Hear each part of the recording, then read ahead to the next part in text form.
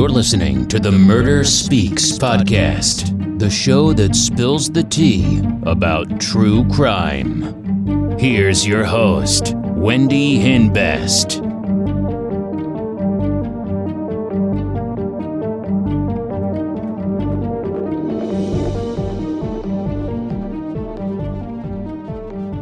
Hey, welcome back to Murder Speaks. I hope everyone's having a great week. Very sorry that my podcast was a little late this week. It's been a very busy week. But let's get to today's story. So today's real crime story is about 28-year-old Patricia Kimble of Greensboro, North Carolina. October 9th, 1995. Patricia was found dead in her home. Her body was burned, and the area of the house where she was found was burned. The fire was contained to a small area in the house. Detectives discover the fire did not kill her. A .45 caliber handgun was found close to her body, and an autopsy confirmed the cause of death was a gunshot wound to the side of the head. The back bedroom had been ransacked. It looked like a burglary. Whoever killed her tried to cover it up with the fire. Patricia was a devout Christian. She met Ted in 1990 through her cousin Janet. Janet and Ted used to date, and they dated on and off for about 3 years. And in 1993, Ted asked Janet to marry him, but she said no. So they broke up for good. And a month later, Ted and Patricia were engaged. They secretly got married December 21st, 1993, and had a church wedding in May 1994. After they got married, Gary sold the business to Ted. Less than 2 years later, Patricia was dead. The police talked to Janet. She tells them she and Ted were dating, but she was the one who broke up with him. He was pressuring her to marry him so he can take over Gary's business. 2 weeks later, Ted and Patricia got engaged. She knew he only got engaged to Patricia so he can become a business owner. So the police questioned Ted.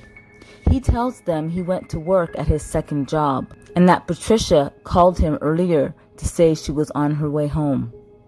When he couldn't get a hold of her, he called his brother-in-law to go and check on her. And that's when he saw her car in the driveway and the house on fire. The police find Patricia's journal. She talks about Ted being distant and how unhappy she was in her marriage. Gary and his wife were close to Patricia. Gary wanted Ted to get married before he sold his business to him. Shortly before Patricia's death, a friend of Patricia says that Patricia told her that Ted didn't want to be with her anymore, and she was concerned about the state of their marriage. Patricia told her friends that she discovered that Ted had taken out a life insurance policy on her, and he forged her signature. Patricia did not take the required physical examination, so the life insurance policy wasn't valid, and Ted was angry. She was suspicious about what Ted was doing. Patricia's friends tell police that she was scared of Ted. She would tell them if anything happened to her, they should look at Ted. Ted might have taken the second job as an alibi. The police think that Ted's brother Ronnie murdered Patricia. So the police interview him. But the police didn't have enough evidence to convict him. Ronnie visited a friend of his at his home in 1997, and he stayed at his house with his family overnight. During his visit, he confessed to his friend that he killed Patricia for his brother Ted, and that he was going to get paid. His friend tried to convince him to turn himself in, but when he refused to do that, his friend met with an attorney and gave a statement to the State Bureau of Investigation. Then he left his job and moved himself and his family out of state until Ronnie was in prison, because he feared for the safety of his family. So what happened was Patricia came home and saw Ronnie's truck in the driveway. She goes in the house and Ronnie shoots her in the head. She didn't see it coming.